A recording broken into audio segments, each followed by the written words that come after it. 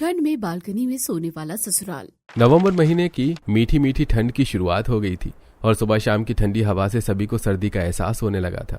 ऐसे में रात का खाना बनाने के बाद पायल बालकनी में अपने ससुराल वालों के लिए बिस्तर लगा रही होती है। पता नहीं कौन सा शौक है इन लोगों को बालकनी में सोने का। घर छोड़कर इन लोगों को सोना है तो बालकनी में, बैठना है तो बालकनी में, सोना है तो बालकनी में, बात करनी है तो बालकनी में, वो भी इतनी ठंड में। मेरे समझ नहीं आता इन लोगों को बालकनी से क्या ही प्यार है। पायल सभी के लिए बालकनी में बिस्तर लगाती है और उसके बाद रसोई में जाती है। पायल अपने सभी ससुराल वालों के लिए बालकनी में खाना लेकर जाती है। भाभी, खाना तो बहुत ही लाजवाब बना हुआ है और बालकनी की ठंडी हवा में बैठकर खाने में तो ये खाना और भी ज्यादा अच्छा लग रहा है। पता नहीं सर्दी में बालकनी पर क्या अच्छा लग रहा है। अरे खाना ठंडा हो गया बहू, जरा इसे गर्म कर दे। पायल रसोई में खाना गर्म करने जाती है।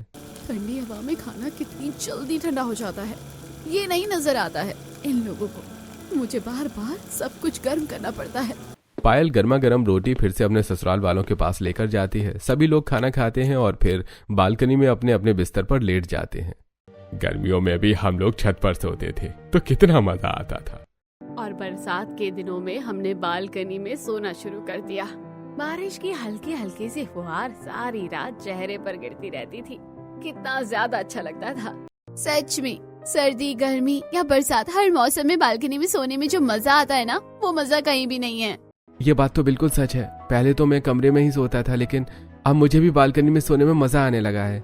जहाँ सभी लोग बालकनी में लेटे खुश हो रहे होते हैं, वहीं पायल अपना काम खत्म करके ऋषभ के पास आती है और वो भी अपने बिस्तर पर लेट जाती है और मन ही मन सोचती है, ये लोग इतना खुश हो रहे हैं, लेकिन कोई मुझसे पूछे मेरा कितना बुरा हाल हो रहा है। इस ठंडी हवा की वजह से सुबह सुबह उठते ही मुझे इतनी छींकें आने लगती है और फिर मेरा सिर दर्द करने लगता है। पर मेरा दर्द तो ये लोग समझते ही नहीं है। कितना खुश हो रही थी मैं 2 दिन पहले तक।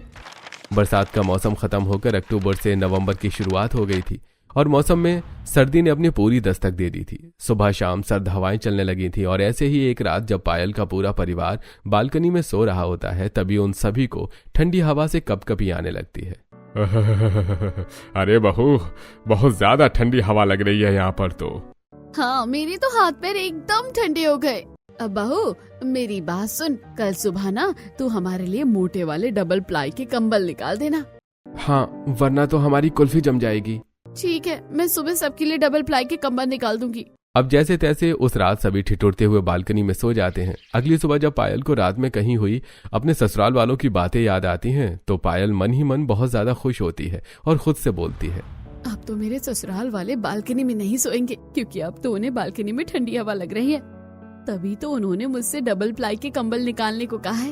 अब तो हम सभी लोग अपने अपने कमरों में सोएंगे। कितना मजा आएगा इतने टाइम बाद अपने कमरे में सोने का। ऐसे ही खुशी खुशी में पायल सभी के लिए ब्रेकफास्ट में आलू के पराठे, पोहा और कई तरीके के व्यंजन पका देती है और सारा नाश्ता जाकर बालकनी में सजा देती है, जहाँ सभी लोग बैठे होते हैं। क्या बात है बहू, तूने आज बड़ी खुशी खुशी इतना सारा नाश्ता बनाया है, क्या सोच रही है? कुछ नहीं माँ जी, बस ऐसे ही। आज सुबह सुबह मूड अच्छा था मेरा, तो बस अच्छा अच्छा नाश्ता बना दिया मैंने। भगवान करे कि तुम्हारा मूड रोज ही इस तरह अच्छा रहे और रोज तुम ऐसा बढ़िया नाश्ता बनाती रहो। शायद ऐसा हो जाए और अब से मेरा मूड हर सुबह इतना ही अच्छा रहे। लगता है भाभी के हाथ कोई खुशियों का खजाना लग गया है भैया। चलो अच्छा है बहू, ऐसे खुश रहे, हमें और क्या चाहिए। चलो नाश्ता करते हैं सभी मिलकर। पायल भी अपने ससुराल वालों के साथ खुशी खुशी बैठकर बालकनी में नाश्ता करती है। अब जैसी रात होती है तो पायल सभी के बिस्तर उठाकर कमरों में रखने लगती है। तभी खुशबू अपनी भाभी को आवाज देते हुए बोलती है, अरे भाभी, ये क्या कर रही हो आप? हमारे बिस्तर कमरे में क्यों रख रही हो? कमरे में क्यों रख रही हो? उससे क्या मतलब है? आप लोग अंदर नहीं सो रहे क्या? कैसी बातें कर रही है बहू तू? भला हम क्यों अंदर सोएंगे? हम तो बालकनी में सोते हैं ना। और नहीं तो क्या, अरे अंदर कमरों में तो हमें सांस ही नहीं आता है, हम तो बालकनी में सोएंगे। पर बालकनी में तो आपको ठंड लग रही थी और आपने कंबल निकलवाए तो तभी तो तुझसे डबल प्लाई के कंबल निकलवाए हैं बहू, ताकि ठंडी हवा हमें ना लगे, यानी कि हम बाहर बालकनी में आराम से सो सके। अपनी सास और बाकी सभी की बातें सुनकर पायल के सारे अरमान चकनाचूर हो जाते हैं और वो अपने चेहरे पर जबरदस्ती की मुस्कुराहट लाते हुए वापस से सभी का बिस्तर बालकनी में लगा देती है और अपने कमरे में जाकर दरवाजा बंद कर लेती है और शीशे के आगे खड़ी होकर अपने आप को देखते हुए बोलती है, आखिर मेरा क्या गुनाह था जो मेरे जैसी मासूम के सारे सपने टूट गए। पता नहीं कब मुझे वापस से अपने कमरे में सोना नसीब होगा। मैं तो इन लोगों के साथ बालकनी में सो सोकर परेशान हो गई हूँ। मुझे वहाँ नींद भी नहीं आती, ऊपर से जो मेरी तबीयत खराब होती है अलग। आखिर मैं बोलूं तो किसको बोलूं? कोई तो मुझे सुन लो। पायल खुद से ही शीशे के आगे खड़ी होकर रोकर वापस से सभी के साथ जाकर बालकनी में सो जाती है। और रात को तेज तेज ठंडी हवा चलती है और सभी लोग आराम से कंबल ओढ़कर सोए हुए थे। और पायल धीरे से खुद से बोलती है, क्या करूं मैं? अगर कंबल से पूरा मुंह ढक रही हूँ तो मुझे सांस नहीं आ रहा है, और अगर कंबल से मुंह हटा रही हूँ तो ठंडी हवा की वजह से मुझे सांस भी नहीं आ रहा है। दोनों ही तरीकों से मेरी सांस रुक रही है और आंखों में मेरी नींद भरी हुई है। इतने बड़े घनघोर संकट में क्यों डाल रहे हो भगवान जी? ऐसे में आखिर कैसे सो जाऊं? बेचारी पायल सारी रात कभी अपने चेहरे को कभी कंबल से ढकती है तो कभी चेहरे से कंबल उतार लेती है, लेकिन दोनों ही सूरत में वो सो नहीं पाती। अगली सुबह पायल अपने पति से बालकनी में न सोने को लेकर इस बारे में बात करने का ठान लेती है। और जब ऋषभ कमरे में तैयार हो रहा होता है तब पायल उसके पास जाती है। सुनिए जी, मुझे आपसे कुछ बात करनी है। हाँ तो बोलो पायल, क्या बात है? जी वो बात यह है कि मैं बालकनी में नहीं सो सकती, मुझे नींद नहीं आई वहाँ पर। क्यों? पर क्या दिक्कत है? सब तो इतने आराम से सोते हैं बालकनी में, फिर तुम्हें नींद क्यों नहीं आती? बस मुझे नहीं आती है नींद, और फिर बालकनी में सबके साथ सोने में हम अपनी पर्सनल लाइफ भी तो एंजॉय नहीं कर पा रहे हैं। बात तो तुम्हारी सही है, लेकिन हम फैमिली लाइफ तो एंजॉय कर रहे हैं ना। सबके साथ देर रात तक बातें करते हैं, कितना अच्छा टाइम स्पेंड करते हैं। आपको समझाना तो बहस के आगे बीन बजाना है। मैं ना माँ जी से ही बात कर लूंगी, जाने दो आप। ऋषभ ने मूड खट्टा होने के बाद पायल रसोई में काम कर रही अपनी सास और नंद के पास जाती है और बोलती है, माँ जी मैं आप लोगों से कुछ कहना चाहती हूँ। बोल बहू, क्या बात है, क्या कहना है? वो मैं कह रही थी कि हाँ हाँ बोलो भाभी, क्या बात है, क्या कहना चाहती हैं आप? मैं कह रही थी कि नाश्ता मैं बनाऊंगी, आप दोनों बाहर चले जाइए। आप क्यों तकलीफ करती हैं रोज रोज नाश्ता बनाने की? तो हम खाली बैठे क्या करें, हमें भी तो कोई काम करना ही है बहू। नहीं नहीं, आप बाहर जाओ, मैं नाश्ता बनाऊंगी। पायल अपनी नंद और सास दोनों को रसोई से बाहर भेज देती है और फिर नाश्ता बनाने की तैयारी करने लगती है और मन ही मन सोचती है, कैसी मूर्ख है तू पायल, क्या कहना था और क्या कह दिया। अरे बालकनी में सोने वाली बात करनी थी और तू नाश्ता बनाने में लग गई। अरे हिम्मत दिखा, हिम्मत। आज रात किसी भी तरीके से तुझे बालकनी में सोने के लिए ना बोलना है बस। ऐसे ही खुद को मोटिवेट करते करते पायल सारा नाश्ता तैयार करती है और सारा दिन पायल के दिमाग में बस एक ही बात चलती रहती है, आज मुझे इस बालकनी में सोने के लिए सभी को ना बोलना है। रात हो जाती है, सभी का बिस्तर हर रात की तरह बालकनी में लग जाता है और तभी पायल अपना बिस्तर उठाने लगती है। अरे पायल, तुम अपना बिस्तर उठाकर कहाँ जा रही हो? हाँ बहू, क्या हो गया, बिस्तर झाड़ रही है क्या? नहीं नहीं माँ जी, मैं बिस्तर नहीं झाड़ रही हूँ, बल्कि मैं अपना बिस्तर लेकर अपने कमरे में जा रही हूँ। अरे कमरे में जा रही है? पर क्यों बहू, क्या हो गया है? मुझे ना यहाँ पर नींद नहीं आती है, तो मैं अकेली जाकर अंदर सो जाती हूँ ना। भाभी, आप अकेले अंदर कैसे सो जाओगी? आपको डर नहीं लगेगा क्या? नहीं, मुझे डर नहीं लगेगा, पर मैं यहाँ नहीं सोना चाहती हूँ। कैसी बातें कर रही है बहू? अरे जब हम सब लोग यहाँ हैं तो तू अकेले कमरे में क्यों सोएगी? ना ना, मैं और तेरे ससुर जी तुझे इस बात की इजाजत नहीं देंगे। तू यहीं हमारे साथ बालकनी में सोएगी बस। अपनी सास की बात सुनकर बेचारी पायल के बाकी के शब्द उसके गले के रास्ते से वापस उसके पेट में चले जाते हैं और वो बिना कुछ बोले अपना बिस्तर वापस से बालकनी में लगाती है और सभी के साथ बालकनी में सो जाती है। अगली सुबह गांव से पायल की जेठानी शीतल का वीडियो कॉल सुरेश के फोन पर आता है। और सब कैसा चल रहा है वहाँ पापा जी? अरे सब कुछ अच्छा है बड़ी बहू, बस गांव जैसी मौज नहीं है। वो तो बात है, शहरों में तो बड़े छोटे छोटे माचिस के डिब्बे जैसे घर होते हैं। ये बात तो तेरी बिल्कुल सही है बहू, पर वहाँ पर तो एक कमरे से दूसरे कमरे में जाने तक ही थोड़ा चलना पड़ता है, लेकिन यहाँ तो एक कमरे से दूसरे कमरे में कब पहुँच जाते हैं पता ही नहीं चलता। एक पाँव पहले कमरे में होता है और दूसरा पाँव दूसरे कमरे में। यहाँ बाहर आंगन भी नहीं है। तभी तो हम बालकनी में सोते हैं बहू। सही है माँ जी, खुली हवा में ही सोया करो बालकनी में। तभी तो मैंने आपको बालकनी में सोने की सलाह दी थी पहले ही आपको। और तेरी सलाह से बस हम तो बालकनी में डेरा जमा कर बैठे हुए हैं। अब ला जरा माँ जी से भी बात करवा दे। हाँ हाँ। इतना कहकर शीतल जल्दी से पास में बैठी हुई अपनी दादी सास ममता को फोन देती है। कैसी है बहू, सब कुशल मंगल तो है? सब कुशल मंगल है माँ जी, आप बताइए आपकी तबीयत कैसी है? सब कुछ अच्छा है। वैसे कब आ रहे हो तुम वापस? अब बस जल्दी ही आ जाएंगे, इनका इलाज पूरा ही होने वाला है। ठीक है, अपना ध्यान रखो, खुश रहो। इतना कहकर ममता फोन काट देती है और पायल वीडियो कॉल पर हो रही सारी बात सुन रही होती है और अपनी जेठानी की बातें सुनकर पायल सब्जी काटते हुए खुद से बोलती है, जेठानी भी ऐसी है, बताओ बाहर सोने की सलाह दे रही है। अगर इन लोगों को बाहर ही सोना है तो ये छत पर क्यों नहीं सोते हैं? छत पर भी तो हवा लगती है, पर इन्होंने बालकनी को ही दूसरा घर बनाया हुआ है। ये सब सोचते सोचते चाकू से सब्जी काटते काटते पायल की उंगली भी कट जाती है और वो जोर से चिल्लाती है, ओए अम्मा, हाय मैं तो मर गई। ओए अम्मा, मेरी उंगली कट गई। ओए अम्मा, ओए अम्मा, ओए अम्मा। अरे भाभी, क्या हो गया? आप गाना गा रही हैं या चिल्ला रही हैं? पायल खुशबू को उंगली दिखाते हुए कहती है, ननद जी, मेरी उंगली कट गई, उंगली से देखो खून निकल रहा है।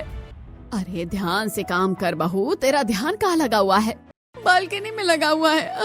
अब मेरा मतलब है कि मैं ध्यान से ही काम कर रही थी। माँ जी रुको भाभी, मैं फर्स्ट एड बॉक्स लेकर आती हूँ। खुशबू जल्दी से फर्स्ट एड बॉक्स लेकर आती है और पायल के हाथ पर पट्टी बांध देती है और पायल बड़े ही प्यार से बोलती है, माँ जी वैसे अगर आपको खुले में ही सोना है, ठंडी हवा का मजा लेना है, तो आप लोग छत पर क्यों नहीं सोते हो? कैसी बात कर रही है बहू, छत पर ज्यादा हवा लगती है, बालकनी में कम हवा लगती है। और फिर भाभी छत पर सोते हैं तो यही डर लगा रहता है कि कहीं नीचे चोर ना आ जाए, कोई खिड़की दरवाजा ना खुला रह जाए। और बालकनी में सोते हैं तो घर की भी रखवाली हो जाती है और किसी भी तरीके का डर भी नहीं रहता है। मतलब आपके पास हर बात का परफेक्ट सॉल्यूशन है। अब मैं सब्जी काट कर खाना बना लेती हूँ। अरे तेरे हाथ में लग गई है बहू, खाना मैं और खुशबू बना देंगे, तू आराम कर, आज कोई बात नहीं। अनीता और खुशबू खाना बनाने में लग जाते हैं और पायल तभी बालकनी को देखती है तो कभी अपनी सास और नंद को देखती है और मन ही मन सोचती है, अगर मुझे पता होता कि मेरा गांव से आने वाला ससुराल बालकनी में रहने का, सोने का इतना बड़ा दीवाना होगा तो मैं तो 50 गज की एक बालकनी ही खरीद लेती और उसी में रहती। कैसा अनोखा ससुराल है मेरा, ठंड में बालकनी में सोने वाला। वक्त गुजरता जाता है और ठंड भी बहुत ज्यादा बढ़ने लगती है और ऐसे में ठंड में गर्माहट लेने के लिए सभी लोग बालकनी में आग जलाने लगते हैं। ओहो, आजकल तो ठंड बहुत ज्यादा बढ़ रही है। हाँ बिल्कुल, तभी तो आग जलाई है। कितना मजा आ रहा है इस आग के पास बैठने में, कितना सुकून मिल रहा है। सच में सर्दियों में गर्मा गर्म खाना, आग सेकना, ये सब तो बहुत अच्छा लगता है। क्योंकि घर की बालकनी में आग जल रही थी तो आग से उठने वाला सारा धुआं घर के अंदर जा रहा था, जिस वजह से पायल को बहुत जोर से खांसी उठने लगती है और वो खांसती हुई बालकनी में आती है। क्या कर रहे हैं आप लोग? सारे घर में धुआं ही धुआं हो गया है इस आग की वजह से। अरे बहू, इतनी ज्यादा ठंड पड़ रही है, अब हम बालकनी में बैठे हैं तो आग तो जलाएंगे ही ना। आपको ठंड लग रही है तो आप कमरे में जाकर हीटर चला लो ना, आग जलाने की क्या जरूरत है? कैसी बातें कर रही हो तुम? जो मजा आग में है वो मजा हीटर में थोड़े ना है। और नहीं तो क्या, अरे थोड़ी बहुत खांसी ही तो है बहू, जा जाकर पानी पी ले, तेरा गला अपने आप ठीक हो जाएगा। और ये धुआं है ना जो घर के अंदर, ये तो और भी अच्छा है। अरे सारे मच्छर मक्खी मर जाएंगे। आप लोगों का तो हर एंगल में ना ही होता है, बस कोई पॉजिटिव एंगल होता भी है मैं ही चली जाती हूँ या फिर अपने मुंह पर मास्क लगा लेती हूँ, वही सही रहेगा। पायल अपने कमरे में जाती है और अलमारी के ड्रॉर से एक मास्क निकालती है और उसे अपने चेहरे पर लगा लेती है और फिर बाकी का काम करती है। वक्त गुजरता चला जाता है। अब क्योंकि पायल के ससुराल वाले सारा दिन बालकनी में ही बैठे रहते थे तो इसलिए आसपास की औरतें उन सभी को देखकर तरह तरह की बातें बनाने लगती हैं। और एक दिन जब पायल मोहल्ले की औरतों के साथ सब्जी ले रही होती है तो, अरे तूने पायल के ससुराल वालों को देखा है? सारा दिन बालकनी में ही टंगे रहते हैं, जैसे किसी ने गमले सजा दिए हो। और नहीं तो क्या, खाना सोना बातें करना सब कुछ बालकनी में ही होता है। अरे इनका बस नहीं चलता, वरना बालकनी में ही नहा धो लेते। मुझे तो समझ नहीं आता कि पायल इन लोगों के साथ कैसे रह रही है। मैंने तो कितनी बार पायल को भी बालकनी में सोए हुए देखा है उन लोगों के साथ। अरे खरबूजे को देखकर खरबूजा रंग बदलता है। पायल भी अब उनके रंग में ढल गई है, इसलिए अब वो भी उनके जैसी गंवार हरकतें करने लगी हैं।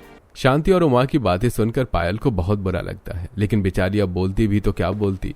वो चुपचाप सब्जी लेकर वापस से अपने घर चली जाती है और देखती है कि उसके ससुराल वाले बालकनी में बैठे खूब हंसी ठिठोली कर रहे हैं। ये लोग यहाँ हंसी ठिठोली कर रहे हैं और वहाँ सब लोग बालकनी में इन लोगों के रहने की वजह से मेरा मजाक बना रहे हैं और मैं बेचारी किसी को कुछ भी नहीं कह सकती हूँ, जबकि मैं इन लोगों की बालकनी में सोने के सख्त खिलाफ हूँ। लेकिन कोई मेरे दिल की आवाज सुने तब ना। मैं तो बस आटे के साथ घुन जैसी पिसती चली जा रही हूँ। पायल हर दिन अपने ससुराल वालों को ठंड में बालकनी में न सोने के 100 बहाने देती है, क्योंकि पायल उन्हें कभी सीधे मुंह अपने दिल की बात कह नहीं पा रही थी। उसने अपने ससुराल वालों को बहुत इशारे दिए, लेकिन कोई उसकी बात नहीं समझ पा रहा था और सभी लोग लगातार बालकनी में ही सोते रहते हैं। ऐसे ही एक दिन जब पायल बालकनी की सफाई कर रही होती है, तभी उसके पड़ोसन उसे आवाज देती है। अरे अच्छे से बालकनी चमका ले पायल, तेरे ससुराल वालों को बालकनी में जो रहना है। वैसे एक बात बता, तू सारे घर को किराए पर क्यों नहीं दे देती? अकेले बालकनी को ही रख लिया कर, क्योंकि तूने सारा घर तो बस बेकार में ही खरीद रखा है। आंटी जी, अब इंसान अंदर नहीं रह रहे तो क्या हुआ, सामान तो रखा हुआ है ना। अरे तो सामान को भी तो सर्दियों में आग जलाने के लिए इस्तेमाल कर लिया कर, क्योंकि तेरा सारा गुजर बसर तो बालकनी में ही हो रहा है। सुलोचना की बातें सुनकर तो पायल का और भी ज्यादा दिमाग खराब हो जाता है और वो जल्दी जल्दी झाड़ू लगाने लगती है और फिर पोछा लगाकर बालकनी की साफ सफाई का काम खत्म कर देती है और जाकर सोफे पर बैठ जाती है। पहले गर्मियों में छत पर सोते थे तो मुझे समझ आता था कि कमरों में घुटन महसूस होती है, लेकिन इन लोगों ने तो बरसातों में भी बालकनी में ही रातें बिता दी। फिर बारिश में भीग भीग कर मुझे फंगल इन्फेक्शन हो गया था और अब सर्दियों में मैंने सोचा कि कम से कम अब तो मुझे अपने बिस्तर पर सोना नसीब होगा, लेकिन नहीं, अभी भी मुझे बालकनी में ही सोना पड़ा है, वो भी अपने ससुराल वालों की जिद के चलते। वक्त गुजरता चला जाता है और ठंड बढ़ती चली जाती है और ऐसे में पायल का बालकनी में सोना और भी ज्यादा मुश्किल होने लगता है। अब पायल कभी अपनी सास से, कभी अपने पति से, तो कभी अपने ससुर से बार बार घर के अंदर सोने की जिद करती है, लेकिन कोई भी पायल की बात ही नहीं मानता है। एक दिन पायल अपनी सहेली ज्योति से मिलने जाती है। यार मैं तो बहुत ज्यादा परेशान हो गई हूँ, मुझे कुछ समझ नहीं आ रहा, आखिर मैं कैसे अपने ससुराल वालों की ठंड में बालकनी में सोने वाली आदत से पीछे छुड़ाऊं। देख अब ऐसी बात नहीं बन रही है ना, तो तू फिर झूठ बोल दे। झूठ बोल दूं? अरे यहाँ सच बोलने से बात नहीं बन रही, तू बोल रही है कि झूठ बोल दूं, कैसे बात बन जाएगी? मेरे पास एक आइडिया है पायल, अगर तू वैसा करेगी तो शायद तेरा काम बन जाए। अगर तेरा आइडिया काम कर गया ना तो मैं ना तुझे एक सुंदर सी साड़ी दिला दूंगी, बताना तेरा आइडिया क्या है। ज्योति जल्दी से पायल के कान में अपना आइडिया बताती है, जिसे पायल ध्यान से समझ लेती है और फिर ज्योति से थोड़ी और बातें करने के बाद वो घर आ जाती है। वैसे ज्योति जो कह रही थी वो बात बिल्कुल सही है, मुझे कुछ ऐसा ही करना होगा, तभी बात बनेगी, तभी ये लोग मेरी मुट्ठी में आएंगे और फिर मैं जो कहूंगी वो वही करेंगे। फिर तो कोई भी मेरी बात को इनकार नहीं करेगा। सबको आगे पीछे ना घुमा दिया ना तो मेरा नाम भी पायल नहीं। आखिर पायल ऐसा क्या सोच रही थी जो उसके कहने पर सब ससुराल वाले उसकी बात मानेंगे। ऐसे ही अगले दिन पायल सबसे पहले ये बात अपनी सास को बताती है कि क्या सच में बेटा तू सच कह रही है? जी माँ जी बिल्कुल, अब दादी बनने वाली हैं। ये बात सुनकर अनीता खुश हो जाती है और तभी पायल को उल्टी जैसा होता है और वो बाथरूम में जाती है। तब तक अनीता वहां पर सभी को बुला लेती है और जब पायल वापस आती है तो क्या हुआ पायल, तुम ठीक तो हो ना?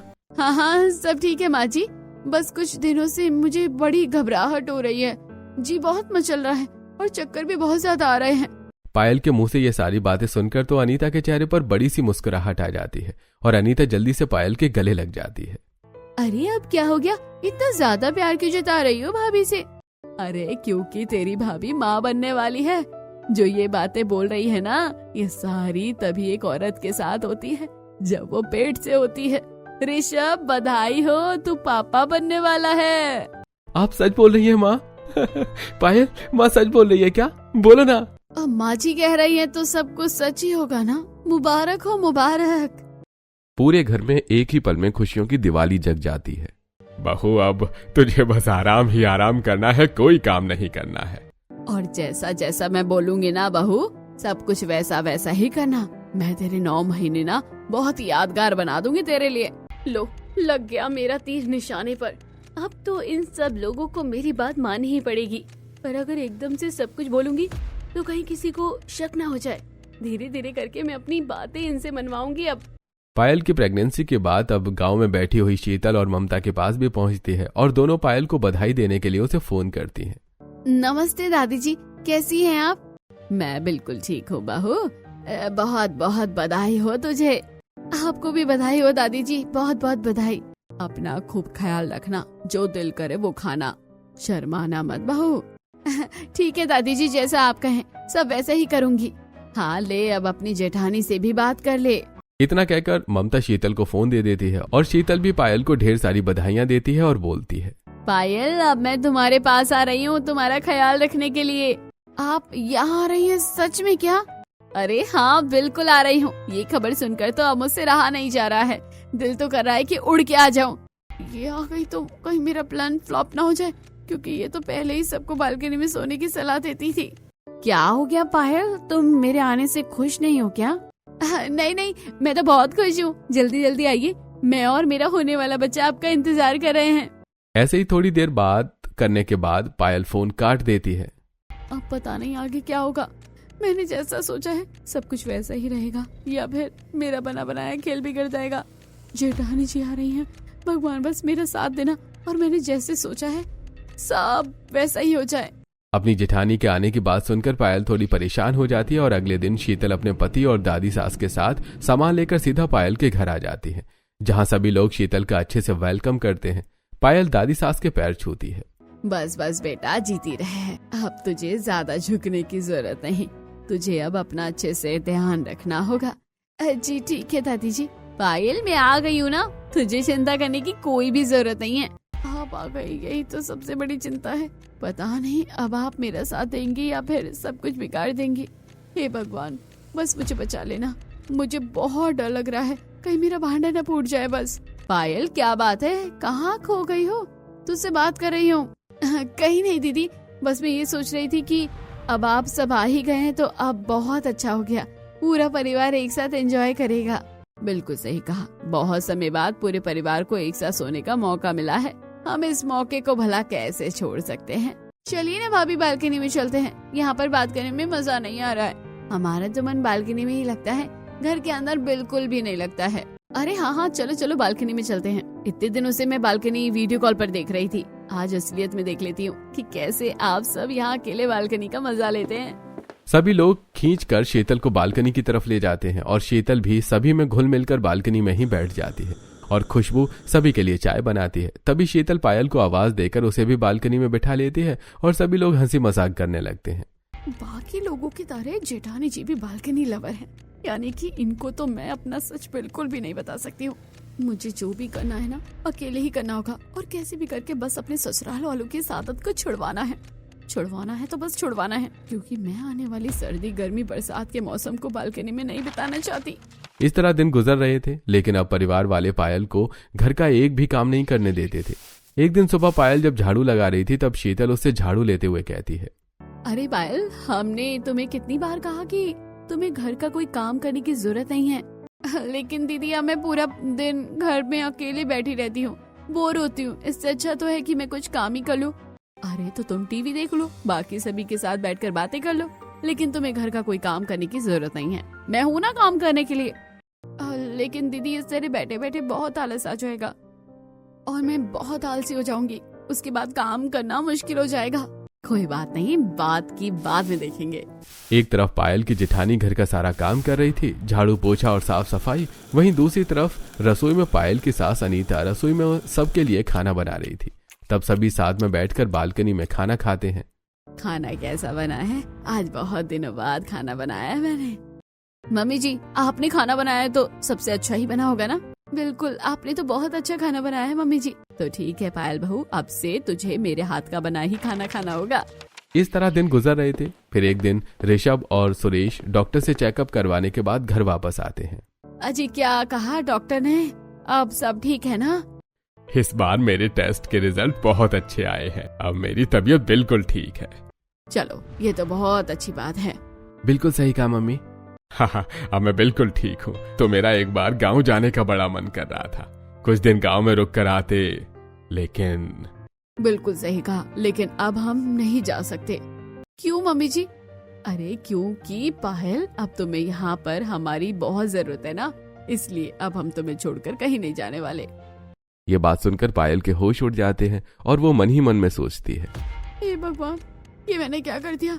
एक तो मैंने इतना बड़ा झूठ बोला, दूसरा मम्मी पापा जी को गांव में जाना था तो मेरे तो मजे हो जाते, तो मैं आराम से अपने बिस्तर पर सो पाती।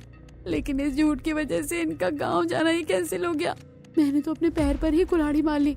अब पायल को अपने ही किए पर पछतावा हो रहा था। कुछ दिन बाद जब सभी बालकनी में बिस्तर लगा रहे थे तब पायल आकर कहती है, मम्मी जी, आज मैं बालकनी में नहीं सोऊंगी, यहाँ पर ना एक तो मुझे अच्छा खासा स्पेस नहीं मिल पाता सोने के लिए, और सोने में बहुत परेशानी होती है, और साथ में मच्छर काटते हैं सो अलग।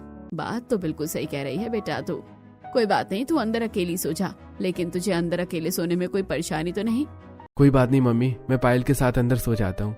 इस तरह ऋषभ और पायल आज अपने कमरे में सो जाते हैं और पायल को कमरे में सोने में बहुत अच्छा लग रहा था, लेकिन उसे नींद नहीं आती। वो पूरी रात सिर्फ एक ही बात सोचती है, मम्मी पापा जी यहाँ चाय कब तक रुके? मेरे झूठ की वजह से मुझे कमरे में तो सोने को मिल गया। ये बात सोचकर पायल खुश हो ही रही थी कि तभी उसका मूड खराब हो जाता है। लेकिन मैंने इस चीज से बचने के लिए कितना बड़ा झूठ बोला है। मुझे इतना बड़ा झूठ नहीं बोलना चाहिए था। कल को सबको सच पता चलेगा तो बहुत बुरा लगेगा। इस तरह दिन गुजर रहे थे और अब हर कोई पायल का हद से ज्यादा ध्यान रख रहा था। पायल को बाहर नहीं जाने दिया जाता था। पायल आराम से अपने बिस्तर में बैठकर टीवी देखती और ये सब पायल के कमरे में ही जाकर बैठकर उससे बातें करने लगे थे। आजकल हम तो बालकनी में जाना ही भूल गए हैं, अंदर ही बैठे रहते हैं अब हम। हाँ, पायल बहू की वजह से अब पायल बहू का भी तो ध्यान रखना है। अच्छा पायल, कल हम डॉक्टर के पास जाएंगे, तुम्हारा चेकअप भी तो करवाना है। ये बात सुनकर पायल के चेहरे का रंग उड़ जाता है। कल क्यों? तो कब जाना है तुम बता दो। डॉक्टर के पास जाना रहने देते हैं ना, डॉक्टर क्या ही कर लेगा। अरे बेटा कैसी बातें कर रही है, इन सब चीजों में तो डॉक्टर को दिखाना ही होता है। अब पायल के पास कोई ऑप्शन नहीं था। अगले दिन वो डॉक्टर के पास जाती है, लेकिन उसे बहुत ज्यादा डर लग रहा था। चेकअप करने के बाद डॉक्टर कहता है, देखिए आपका सेकंड मंथ चल रहा है, इसलिए आपको अभी थोड़ा कुछ बातों का ध्यान रखना होगा। आपको गर्म खाना बिल्कुल भी नहीं खाना है। कुछ चीज आपको अपनी डाइट में हटा देनी है। मैं डाइट चार्ट बना देती हूँ, उसे जरूर फॉलो करना। ये बात सुनकर पायल के होश उड़ जाते हैं। क्या मैं सच में प्रेग्नेंट हूँ? जी हाँ, आपको 2 महीने पूरे होने वाले हैं।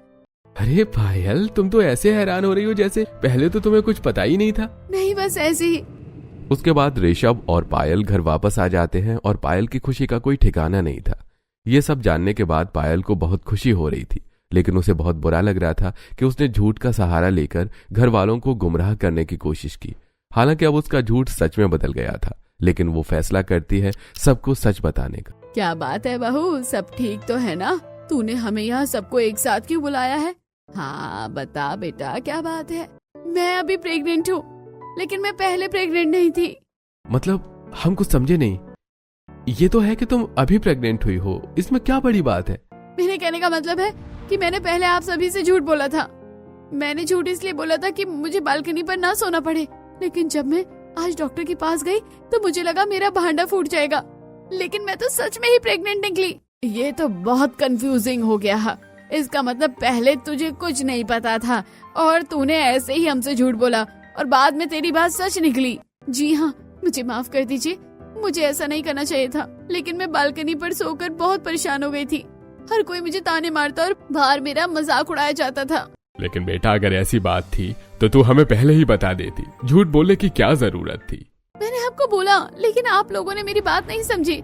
हालांकि मेरी गलती है, मुझे आप लोगों को और अच्छे से बोलना चाहिए था, गलत रास्ता बनाने की बजाय। हाँ, तुमने जो किया बिल्कुल सही नहीं किया। इतना बड़ा झूठ कौन बोलता है? गलती हमारी भी है। जब बहू बाहर सोने को मना करती थी तो हमें उसके साथ जबरदस्ती नहीं करनी चाहिए थी, लेकिन हमको गांव में रहकर खुले में सोने की आदत हो गई थी। यहाँ पर अकेले बालकनी में सोने में अच्छा नहीं लगता था। यहाँ अंदर अंदर रहकर दम घुटने लगता है, इसलिए हमने ऐसा किया। लेकिन हमें सिर्फ अपने बारे में नहीं सोचना चाहिए था। बिल्कुल सही कहा, हमने सिर्फ अपने बारे में सोचा, बहू के बारे में नहीं सोचा। तो कोई बात नहीं, अब से सभी एक दूसरे के बारे में सोच लेना। लेकिन बहू, इसलिए कहते हैं झूठ सोच समझ कर बोलना चाहिए। हमें अपनी वाणी का सही तरीके से इस्तेमाल करना चाहिए। क्या पता कब कौन सी बात सच हो जाए, कब हमारी जुबान पर आकर सरस्वती बैठ जाए। जी दादी जी, आगे से ध्यान रखूंगी। और बेटा, हम भी तुझे बालकनी पर सोने को नहीं कहेंगे। इस तरह पायल के ससुराल वाले जबरदस्ती से सर्दी में बालकनी पर सोने के लिए नहीं कहते और उसके साथ घर में खुशियों का भी माहौल छा जाता है।